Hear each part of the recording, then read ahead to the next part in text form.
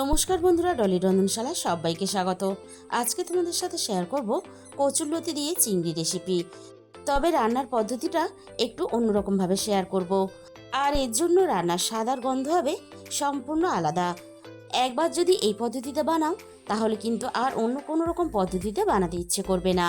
আর রেসিপিটা কেউ কিন্তু স্কিপ করে দেখো না, তাহলে আমি কখন কি কোন সময় মশলা ব্যবহার করেছি সেটা তাহলে মিস হয়ে যাবে। কচুরলতি কাটার ভয়ে বা গলা চুলকানোর ভয়ে অনেকেই কিন্তু রান্না করতে চায় না। তবে আজকে আমি যেভাবে রান্নাটা করেছি এইভাবে রান্না করলে একটুও কিন্তু গলা চুলকাবে না। রান্নার জন্য আমি কচুরলতি আগে থেকেই কেটে নিয়েছিলাম। এবার আমি এই রান্নার জন্য প্রথমে একটা মশলা বানিয়ে নেব।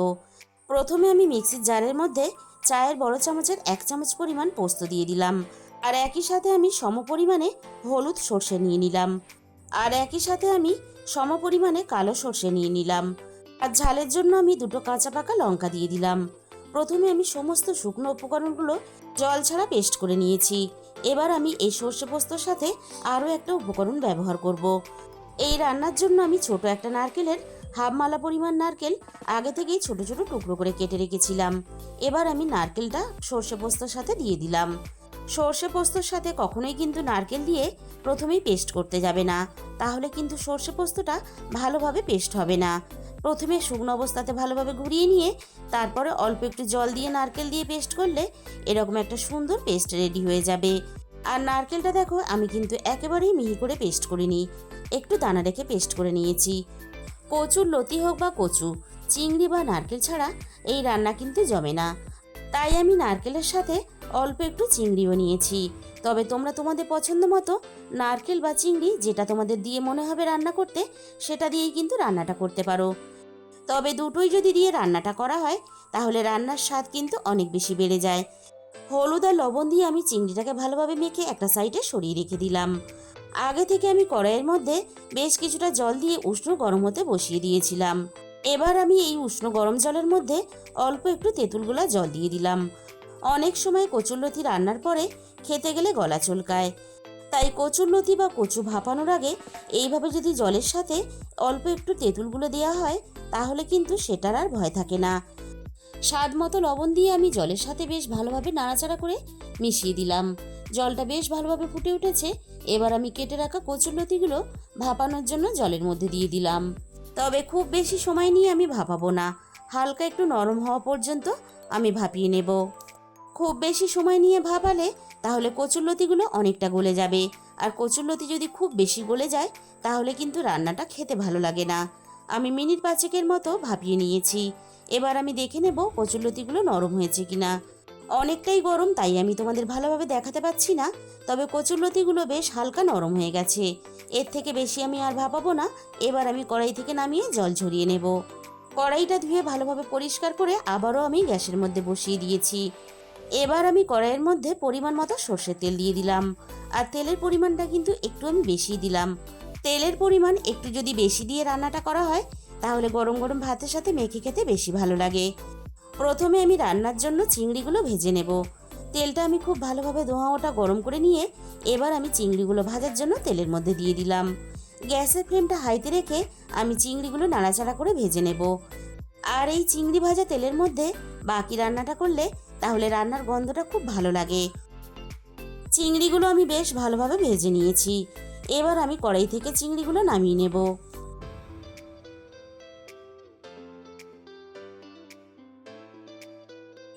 সমস্ত ভাজা চিংড়িগুলো আমি কড়াই থেকে নামিয়ে নিয়েছি। এবার আমি এই তেলের মধ্যে ফোড়নে দিয়ে দেব 1 চামচ কালো জিরে, আর একই সাথে আমি ফোড়নে দিয়ে দিলাম একটা শুকনো লঙ্কা কুচি। এবার আমি ফোড়নটাকে নাড়াচাড়া করে বেশ ভালোভাবে ভেজে নেব, ফোড়ন থেকে সুন্দর মিষ্টি গন্ধ বেরোনো পর্যন্ত। ফোড়নটাকে আমি নাড়াচাড়া করে বেশ ভালোভাবে ভেজে নিয়েছি। এবার আমি তেলের মধ্যে বেশ কিছুটা পেঁয়াজ কুচি দিয়ে দেব, আর রান্নাতে আমি মাঝারি সাইজের 2টো পেঁয়াজ কুচি ব্যবহার করলাম। এবার আমি পেঁয়াজটাকে নাড়াচাড়া করে নরম করে লালচে রং ধরা পর্যন্ত ভেজে নেব। পেঁয়াজটা হালকা একটু নাড়াচাড়া করে নিয়ে আমি পেঁয়াজের সাথে আরও একটু স্বাদ মতো লবণ দিয়ে দিলাম। আর লবণটা দেওয়ার সময় খেয়াল রাখতে হবে, আমরা কিন্তু কচুরলতিটা ভাপানোর সময় স্বাদ মতো লবণ দিয়েই ভাপিয়ে নিয়েছিলাম, তাই লবণের পরিমাণটা এই সময় বুঝে দিতে হবে। পেঁয়াজটা আমি নাড়াচাড়া করে বেশ ভালোভাবে নরম করে লালচে রং ধরিয়ে ভেজে নিয়েছি। 8-10 কোয়ার মতো রসুন আমি আগে থেকে থেতো করে নিয়েছিলাম। এবার আমি থেতো করা রসুনটা পেঁয়াজের সাথে দিয়ে দিলাম। রসুনের কাঁচা গন্ধটা চলে যাওয়া পর্যন্ত আমি রসুনটাকে ভেজে নিয়েছি। এবার আমি ভাপানো কচুরলতিটা দিয়ে দিলাম। এবার আমি কচুরলতিটা সব কিছুর সাথে নাড়াচাড়া করে হালকা একটু ভেজে নেব। কচুরলতিটা যদি এভাবে একটু হালকা ভেজে নেওয়া হয় তাহলে রান্নার স্বাদ অনেক বেশি ভালো হয়। 4-5 মিনিটের মতো নাড়াচাড়া করে আমি কচুরলতিটা ভেজে নিলাম। এবার আমি রান্নার গুঁড়ো মশলাগুলো দিয়ে দেব। প্রথমে আমি হাফ চামচের একটু বেশি হলুদের গুঁড়ো দিয়ে দিলাম, আর একই সাথে আমি হাফ চামচের একটু কম দিয়ে দেব জিরে গুঁড়ো। আর সব শেষে আমি এখানে ঝালের জন্য হাফ চামচের একটু কম লঙ্কার গুঁড়ো দিয়ে দিলাম। আমরা রান্নাতে কাঁচা লঙ্কা পরে ব্যবহার করব, তাই গুঁড়ো লঙ্কার পরিমাণটা আমি একটু কম ব্যবহার করলাম। আর ঝালের পরিমাণটা অবশ্যই নিজেদের স্বাদ মতো ব্যবহার করবে।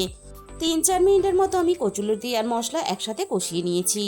এবার আমি ভেজে রাখা চিংড়িগুলো দিয়ে দিলাম। আবারও আমি সবকিছু একসাথে নাড়াচাড়া করে একটু কষিয়ে নেব। মিনিট 2-3 মতো আমি সবকিছু একসাথে নাড়াচাড়া করে কষিয়ে নিয়েছি। এবার আমি অল্প একটু স্বাদ মতো চিনি দিয়ে দিলাম। অল্প একটু স্বাদ মতো চিনি দিলে তাহলে রান্নার স্বাদের ব্যালেন্সটা ঠিক থাকবে। চিনিটা নাড়াচাড়া করে বেশ ভালোভাবে মিশিয়ে দিয়েছি। সব কিছু একসাথে ভালোভাবে পাক হওয়ার জন্য আমি কড়াইটা একটু ঢাকা দিয়ে দিলাম। মিনিট 4-5 মতো আমি কড়াইটা ঢাকা দিয়ে দিয়েছিলাম। সব কিছু একসাথে বেশ ভালোভাবে পাক হয়ে গেছে, আর রান্না থেকে দেখো সুন্দরভাবে তেলও ছেড়ে দিয়েছে। আমি মিনিট খানেকের মতো একটু নাড়াচাড়া করে নিলাম। আগে থেকে পেস্ট করে রাখা মশলাটা এবার আমি দিয়ে দেব।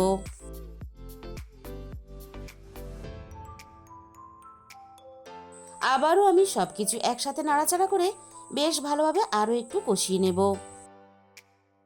মিনিট 5-6 মতো আমি সবকিছু একসাথে নাড়াচাড়া করে বেশ ভালোভাবে কষিয়ে নিয়েছি। এবার আমি গ্যাসের ফ্লেমটা একেবারে লোতে রেখে রান্নাটা আরও একটু করে নেব। 5-6 মিনিটের মতো আমি রান্নাটা করে নিয়েছি। এবার আমি কড়াই থেকে ঢাকাটাকে সরিয়ে নিলাম। তোমরা হয়তো কচুরলতি অনেক রকম পদ্ধতিতেই রান্না করে খেয়েছো, তবে আজকে আমি যে পদ্ধতিতে রান্না করলাম এই পদ্ধতিতে একবার হলেও রান্না করে দেখো। দেখো কচুরলতিগুলো বেশ সুন্দরভাবে নরম হয়ে গেছে, আবার গোটাও আছে। ঠিক এরকম করে রান্নাটা করলে তাহলে গরম গরম ভাতের সাথে মেখে খেতে দারুণ লাগে। তাহলে বন্ধুরা, আজকের এই রেসিপিটা ভালো লাগলে ভিডিওতে একটা লাইক করে দিও। আর যে সমস্ত নতুন বন্ধুরা এখনো পর্যন্ত আমার চ্যানেলটা সাবস্ক্রাইব করনি, এরকম নতুন সহজ ঘরোয়া রেসিপি পেতে আমার চ্যানেলটা সাবস্ক্রাইব করে আমার পাশে থাকার অনুরোধ রইল। আর তার সাথে সাথে পাশে থাকা বেল আইকনটা ক্লিক করে অল করে দিও, তাহলে আমি যখনই কোনো নতুন রেসিপি আপলোড করব সবার আগে তোমার কাছে পৌঁছে যাবে। আর তোমাদের মূল্যবান সময় দিয়ে রেসিপিটা দেখার জন্য তোমাদের সবাইকে অসংখ্য ধন্যবাদ।